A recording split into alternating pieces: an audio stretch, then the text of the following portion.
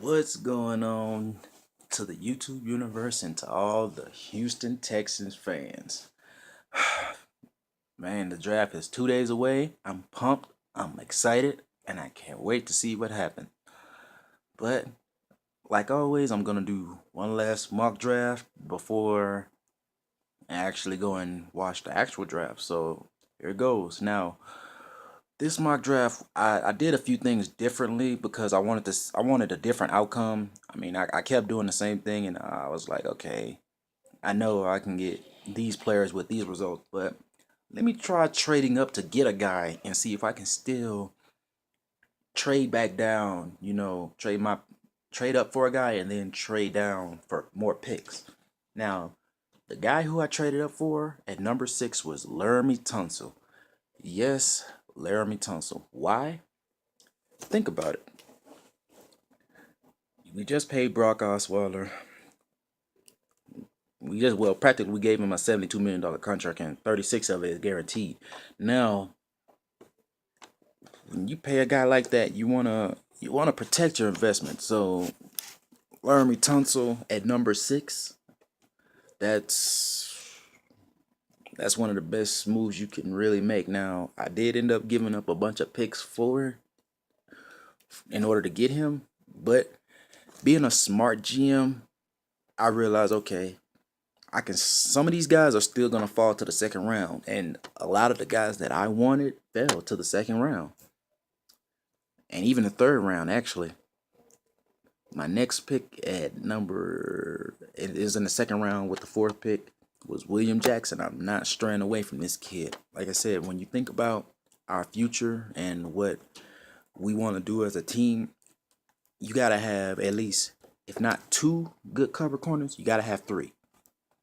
And William Jackson definitely gives you that. Now, to rebound on what I just said, with my next pick, I picked TJ Green out of Clemson. Why? Now, he may not be the best, you know, come up and, you know, he may not be the best run support safety, but just like old boy from New England, McCourty, you switch his position and all of a sudden his career takes a major jump. I can see TJ Green playing corner and learning to play corner, and once he's actually learned to play it, I can see this guy being another Patrick Peterson. He's got the speed already, he's got the height already. I mean, you throw in the 4.31 athleticism and shit, look out. My next pick, I didn't really stray away from this. I went and took Joshua Perry because I still think that Kush is on the downside of his career. No, much respect and much love to B Kush, man. I love him, and I as a football player, of course. But you know what I'm saying. You gotta be able to learn to move on. With my next pick, I took Sean Oakman. Now, I took him for just you need somebody that can rush the passer and help out JJ. That goes without saying. So yeah, Kiaris Garrett. Now again, this is one of the guys that I said, I wanted to go a different route, and I actually like this kid out of Tulsa. Good gritty football player. I mean, he may not have that 4.3 speed, but talk about making hop like catches all the time. This kid can do it. Plus, he one player who he really reminds me of. He's just not as fast as he was coming out. He reminds me of Andre Johnson. Believe it or not. Believe it or not. He's just not as fast. My next pick, I took Connor McGovern, another lineman. I didn't stray away from this pick again either because, like I said, when you look at what we're trying to do here in Houston, we want to run the ball, no doubt about it. We want to run the football, but in order to do that, you gotta have some pretty good linemen. Well, yeah, you'd have to have good linemen, but you have to have physical linemen that can physically move people. That's really where I was going with that. But yeah, Now, Jarrell Adams, he was my next pick. Again, people say his hands are spotty and whatnot, but I'll take a flyer on him just off of the fact that he can, as a rookie, he can run past most linebackers and safeties. Again, and with the team that I see Bill O'Brien wanting to build, me and him share a similar mindset. We want to have offensive playmakers everywhere. We want to be able to spread the ball around and hit you from every area of the field. And in order to do that, you got to have a quarterback. They finally have one. Now we cooking with Crisco. My next pick, I took Jaron Curse just off of the simple fact with the way the board was falling, I didn't want anybody to jump ahead of me and take him, so it was kind of a reach, but fuck it. I'll take the flyer on that one because the risk reward factor is is really great. He has a lot of upside.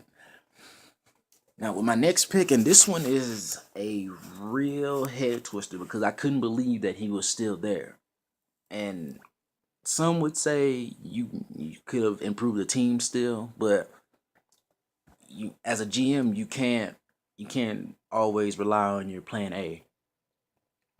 I can't begin to tell you how many mock drafts I've done where I actually have a plan B. Well, a plan A, B, C, and a plan D.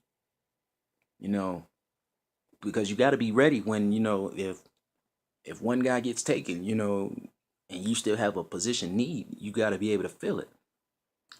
So that's pretty much what all I do with all my mock drafts. With my next pick, no, my bad. I'm sorry, I didn't explain my last one. Was Cardell Jones out of Ohio State. Now, one would wonder why pick up a quarterback when you've already just paid Brock Osweiler.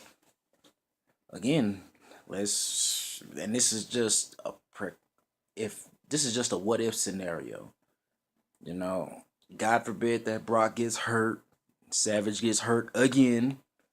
You know, maybe just maybe we can get that same kind of production out of Cordell Jones that Ohio State got when they was on their title run. I mean, it's not it's asking for a lot, but I mean, he don't Cordell doesn't fold under the bright lights. That's one thing that I like about him, you know. But I don't want to spend too much time talking about one guy. So on to the next pick, which was Keith Marshall out of Georgia. Again, things you can't coach is speed and strength. And at 5'11", about 219, the dude clocked a 4.31 and hit the 225. What 20? I think 22 or 23 times. Cause I know no 25 times. Because he set the mark for running backs, and it was like, whoa, this little motherfucker strong. On to the next pick, I took Travis Freeney out of Washington. Good athletic linebacker. He's more of a depth. These last few picks are depth guys, but with potential starting. Yeah, you got to put that kind of tag on these guys. My next pick was, of course, Derek Watt. Now, we all know why I picked him. I mean, sure, we're going to try to get this guy on the field, but, I mean, let's be honest. I took him because his last name was Watt. My next pick, and this one's actually my plan B guy, and I'm glad he fell this far. DJ Reader out of Clemson. Now, I know y'all are probably saying, well, damn, you sure do like them Clemson guys. I am a Clemson fan, but that's not why I'm taking these guys. In our system, I'm in our system, he can be used as a first and second down run stopper. You know, it's not. I don't see many centers that can block him 1-on-1 when it's all said and done. I don't see it happening. I mean, I don't care who you go and get. He's gonna command a double team, and he's gonna eat up. He's gonna push the pocket into the. He's gonna push the center into the quarterback most of the time. But I'm coming up on 10 minutes, so let me speed up these last four. Darunya Wilson was my next pick out of Mississippi State. Of course, you know why I took him. You you can never go wrong with having enough or too many offensive playmakers. You know, I figure the more people you can pull out and use, the better your team and offense will be. That's why with my next pick, you know, I kept going receiver. You know, Mortez Bohinger. Now, I don't really see this guy playing receiver. I see this guy, you know, gaining a little weight and becoming a tight end. But even still, he's gonna be wherever he lines up, he's gonna be a mismatch problem because it's not many linebackers in this league now outside of the rookie class that's coming in that can actually hit a 4.4 at 6'4", about 220. I think he about 225. Of course, when he gets to the pros, you know, he's going to be in a strength and conditioning program. He's going to gain about another 10 or 15 pounds, and he's still going to be that 4.4 speed. That's, as a defensive coordinator, how can you put your players in position to stop that, whether he lines up as a tight end or a receiver? He's one of the only few that I can honestly say where this guy reminds me of Martavius Bryant, straight up. My next pick was Daniel Braverman out of Western Michigan. Now, again, these last picks I didn't really shy away from except for my very last one.